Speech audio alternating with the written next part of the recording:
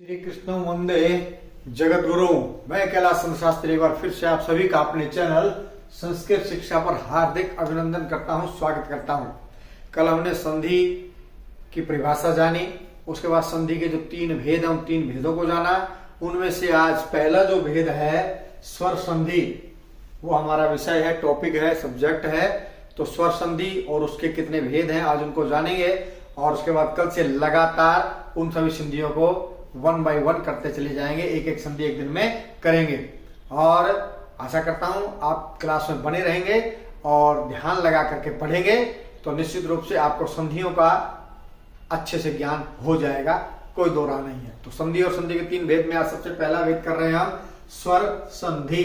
स्वर संधि, स्वर का मतलब है स्वर, तो अति समीप आए दो स्वर वर्णों का या स्वर वर्ण का स्वर वर्ण के मिलने से जो परिवर्तन होता है, जो विकार होता है, उसे स्वर संधि कहते हैं। दो अति समीप आए वर्णों से क्या मतलब है, ये जो प्लस का निशान है, इस प्लस से पहले जो वर्ण है और इस प्लस के बाद में जो वर्ण है, उन दोनों वर्णों के मिलने से जो विकार उत्पन्न होता है उसे स्वर संधि कहते हैं। अर्थात प्लस से पहले, धन से पहले भी स्वर वर्ण होना चाहिए और धन के बाद भी, प्लस के बाद भी स्वर वर्ण होना चाहिए। जैसे कल मैंने लिखवाया था आपको रमा जमाई सबमेश, आज दूसरा लिखवाते हैं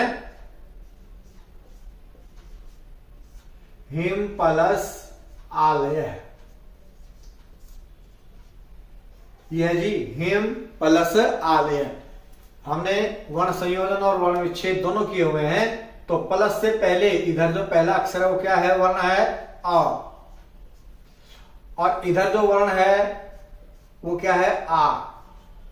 इन दोनों को मिलकर के ही परिवर्तन होना है, बाकी जो का त्यों रहेगा। इधर से ए अगर निकल गया तो यहां क्या रहता है, फिर मां हलंत रह जाता है। तो इधर ये ल और यह पड़ा हुआ है और इधर ही और ये मैं पड़ा हुआ है, संधि इनमें होनी है। ए और आ ये दोनों मिलकर के एक नवीन वर्ण बनाते हैं आ, ठीक है जी।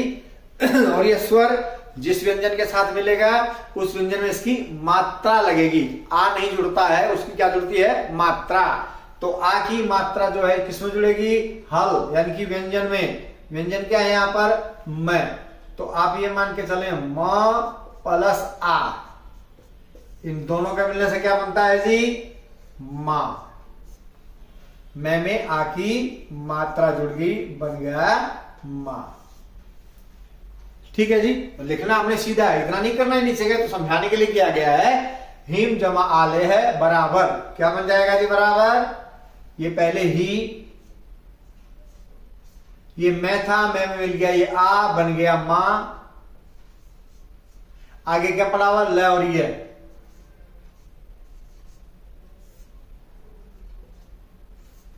क्या बन गया जी, हिमालय। विस्तार से हम इन संधियों में जानेंगे सब कुछ, ठीक है। तो ये स्वर संधि, स्वर वर्ण के बाद स्वर वर्ण आने पर उनमें जो परिवर्तन होता है उसे स्वर संधि कहते हैं। ये स्वर संधि का उदाहरण दे दिया। अब है ये स्वर संधि के भेद। वैसे मुख्य रूप से ये 5 भेद ही करवाए जाते हैं, लेकिन हम ये छठा और सातवां भी एक दिन में थोड़ा सा समझ लेंगे संक्षेप में। तो चलिए, सबसे पहले है नंबर 1 दीर्घ संधि, नंबर 2 गुण संधि, नंबर 3 वृद्धि संधि, नंबर 4 यण संधि, नंबर 5 अयादि संधि, नंबर 6 पूर्व रूप संधि, नंबर 7 प्रकृति भाव संधि। तो दीर्घ से लेके अयादि तक की संधि हम बहुत अच्छे से करेंगे। उसके बाद प्रकृति भाव और पूर्व रूप संधि भी हम संक्षेप में जानेंगे, ये होते क्या है। तो वैसे स्वर संधि के 7 भेद हमने बताए। तो कल हम करेंगे सबसे पहला भेद नंबर 1 दीर्घ संधि। तो यदि आप पहली बार वीडियो को देख रहे हैं, चैनल को देख रहे हैं, तो सब्सक्राइब कीजिए, साथ में बेल आइकन का बटन अवश्य दबाइए ताकि भविष्य में आने वाली वीडियोज का नोटिफिकेशन सबसे पहले आपको मिल सके। लाइक अवश्य कीजिए, लाइक करने से हौसला बढ़ता है, और शेयर अवश्य कीजिए ताकि दूसरे आपके मित्रगण भी संधियों के विषय में अच्छे से जान सकें। तो आज के लिए इतना ही, मिलते हैं कल दीर्घ संधि के साथ। जय भारत, जय भारती।